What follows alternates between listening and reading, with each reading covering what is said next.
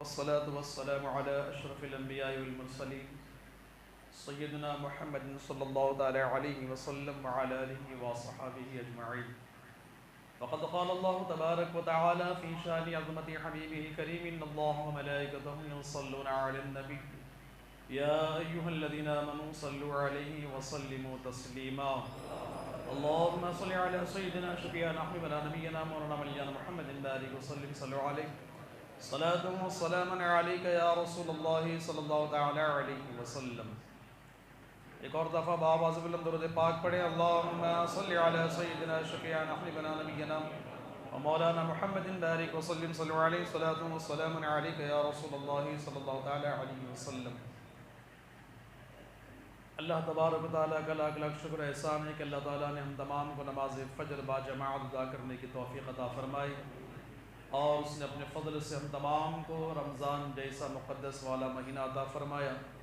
اللہ تعالی ہم تمام کو اس کی قدر کرنے اور اس کے روزے رکھنے کی توفیق عطا فرمائے. عزیزان محترم، اللہ کے پیارے رسول صلی اللہ علیہ وآلہ وسلم ارشاد فرماتے ہیں کہ روزہ سپر ہے دوزخ سے، یعنی ڈھال ہے. جس طریقے سے انسان اپنے بچاؤ کے لیے جنگ کے میدان میں ڈھال استعمال کرتا ہے، اسی طریقے سے روزہ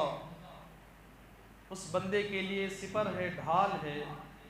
جو جہنم کی آگ سے اس کی حفاظت کرتا ہے. عزیزان محترم، فرمایا جاتا ہے کہ جب کوئی روزہ دار انتقال کرتا ہے تو اس کے متعلق بھی فرمایا گیا کہ جہنم کی آگ اس روزہ دار سے 40 برس پیچھے چلی جاتی ہے، یہاں تک کہ آواز دیا جاتا ہے کہ کون روزہ دار ہے، تو جو روزے کی حالت میں مرا ہوگا وہ حاضر ہوگا. اور اسی طریقے سے فرمایا گیا کہ بروز جہنم ایک شخص کو لایا جائے گا جسے جہنم میں جانے کا حکم ہوگا. تو اس شخص کو جیسے ہی جہنم کے قریب لے جائیں گے تو جہنم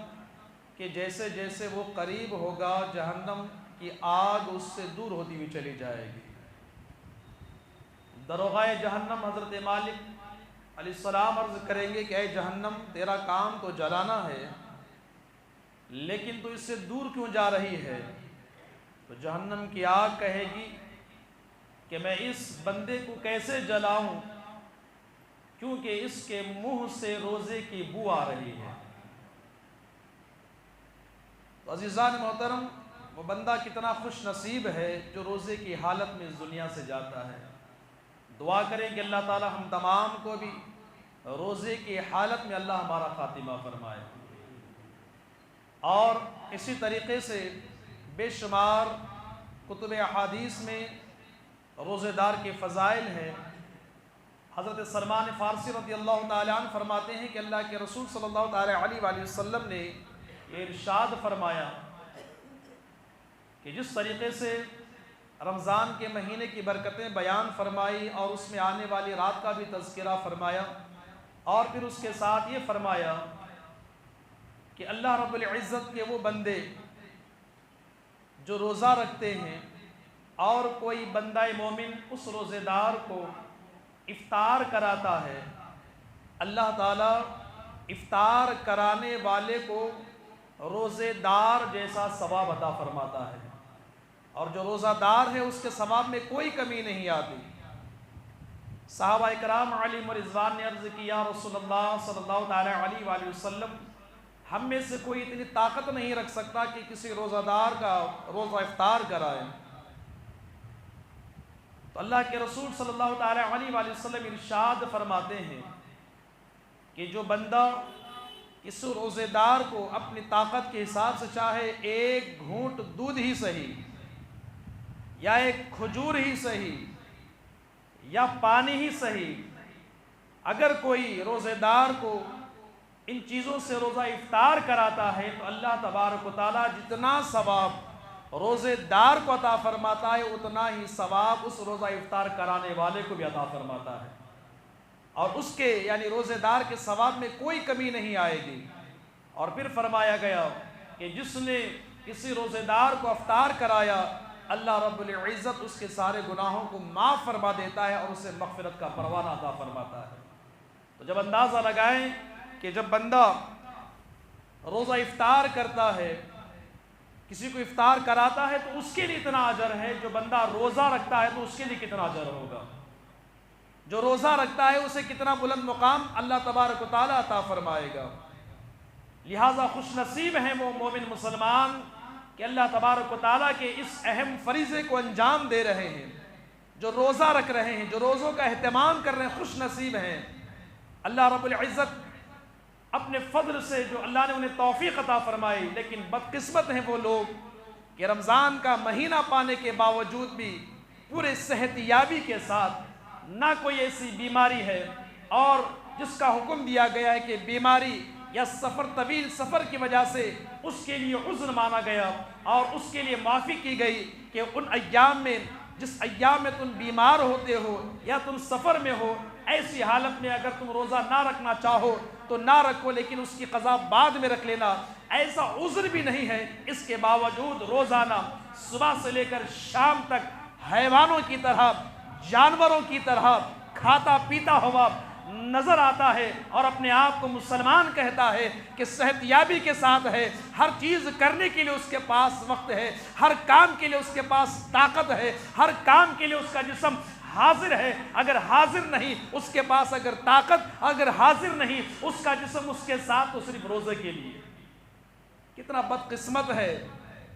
یاد رکھیں جتنے فضائل روزے دار کے لیے احادیثوں میں آئے ہیں، بے روزے دار کے لیے اتنی ہی وعیدیں آئی ہیں کہ بے روزے دار کا انجام کیا ہوگا اور مرنے کے بعد اس کے لیے کس قدر جہنم میں جلایا جائے گا، کتنے لاکھوں سال اسے جہنم میں جلنا پڑے گا، اس کا بھی آگے تذکرہ آئے گا۔ لیکن خوش نصیب ہیں اور اللہ رب العزت کا یہ ہم پر کرم ہے کہ اس نے ہمیں توفیق عطا فرمائی، کہ اللہ تعالیٰ نے ہمیں روزے رکھنے کی توفیق عطا فرمائی۔ اور آپ جانتے ہیں کہ ہمیں نہیں معلوم جو آج یہ رمضان ہمیں ملا ہے، ہم نہیں جانتے کہ آئندہ رمضان ہمیں نصیب ہو گیا نہیں ہوگا۔ اس چیز کو ہم خیال رکھیں۔ تو لہٰذا اللہ تعالیٰ کی بارگاہ میں دعا کریں کہ مالک مولا ہم تمام کو اس ماہ مبارک کے پورے روزے رکھنے کی توفیق رفیق عطا فرمائے۔ آئیے مسائل بھی سماعت فرماتے ہوئے چلے۔ عزیزان محترم، جس طریقے سے ہم اور آپ روزہ رکھتے ہیں تو اس حالت میں بار بار تھوکتے رہتے ہیں، کیونکہ اکثر لوگوں کا یہ خیال ہوتا ہے کہ تھوک بھی نکل جانے سے روزہ ٹوٹ جاتا ہے۔ اب یہاں پر اس مسئلے کو سماعت فرما لیں کہ جو اندر کی چیز ہے، جیسے بلغم یا تھوک ہے، ہم نے اسے باہر نہیں نکالا، یعنی منہ سے باہر نہیں نکالا، اور اندر ہی اندر ہم نے تھوک کو بھی نکلا یا بلغم کو بھی نکل گئے تو اس سے روزہ نہیں ٹوٹے گا۔ ہاں، حکم یہ اس وقت ہے، ایسا تو کوئی کرتا نہیں، لیکن علماء نے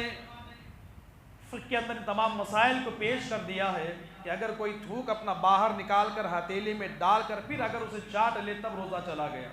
لیکن ایسا کوئی عمل تو کرتا نہیں۔ بہرحال اسی طریقے سے بعض ہمارے ایسے بھی حضرات، ہمارے بھائی بہن ہوتے ہیں، بزرگ حضرات ہوتے ہیں کہ اکثر روزے کی حالت میں قے ہو جاتی ہے۔ اب یہاں پر قے کے بہت سے مسائل بھی ہیں کہ اگر خود سے،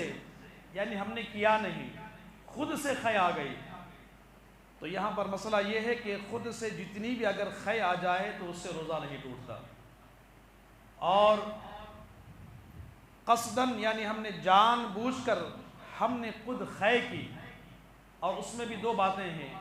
کہ اگر ہم نے جان بوجھ کر قصدن قے کی، اگر اس میں بلغم صرف نکلا تو روزہ نہیں ٹوٹا، اور اگر اس کے علاوہ جیسے کھانا نکلتا ہے یا سفرہ جسے کڑوا پانی کہتے ہیں، اور ایسی صورت میں یہ نکلا تو اس سے روزہ چلا گیا۔ اور یاد رکھیں کہ قصدن جان بوجھ کر اگر ہم نے ایسا عمل کیا کہ جس کی وجہ سے ہمیں منہ بھر قے آئی، جس میں کھانا یا سفرہ کڑوا پانی نکلا، تو اس سے ہمارا روزہ ختم ہو جائے گا۔ ہاں، خود بخود وہ آ گئی تو اس سے ہمارا روزہ نہیں جائے گا، اس لیے کہ ہم نے اسے اپنے آپ سے نہیں منگوایا بلکہ وہ خود بخود آ گئی۔ تو لہٰذا اس سے بھی آپ بے فکر رہیں، اور اگر کوئی مسائل معلومات بھی کرنا ہے تو علماء کرام ہیں، مفتیان کرام ہیں، آپ بلا جھجک اسے مسائل سماعت فرما سکتے ہیں۔ اور اسی طریقے سے بہت سے مسائل ہیں، اللہ تعالیٰ ہم تمام کو جو کچھ مسائل ہم سنتے ہیں اس پر عمل کرنے کی بھی توفیق عطا فرمائے۔ اور دوسری بات یہ ہے کہ جس طریقے سے ہم خوشبو لگاتے ہیں بدن پر، بعضوں کا خیال ہے کہ گھر میں اگربتی وغیرہ جلاتے ہیں، تو یہاں پر یہ بھی حکم ہے کہ یہ بھی خوشبو ہے، ہم سمجھتے ہیں، لیکن خوشبو صحیح ہے، لیکن اس کے دھوئیں سے ہمیں بچنا چاہیے، کیونکہ اگر کوئی بندہ اگربتی وغیرہ لوبان اگر سلگا کر اسے جا کر خود سامنے کھڑے ہو کر سونگھتا ہے تو اس سے روزہ ختم ہو جائے گا۔ تو اس بات کا بھی ہم خیال رکھیں کہ روزے کی حالت میں اگربتی یا لوبان وغیرہ کے اس دھوئیں سے ہم اپنے آپ کو بھی بچائیں۔ اللہ تعالی ہم تمام کو سننے سے زیادہ عمل کرنے کی توفیق رفیق عطا فرمائے، اور صحیح طریقے سے جو رمضان کے روزوں کے معاملات ہیں اسے سمجھ کر ہم تمام کو پورے روزے رکھنے کے اللہ رب العزت توفیق رفیق عطا فرمائے۔ وآخر دعوانا ان الحمد للہ رب العالمین۔ السلام علیکم ورحمۃ اللہ تعالی وبرکاتہ۔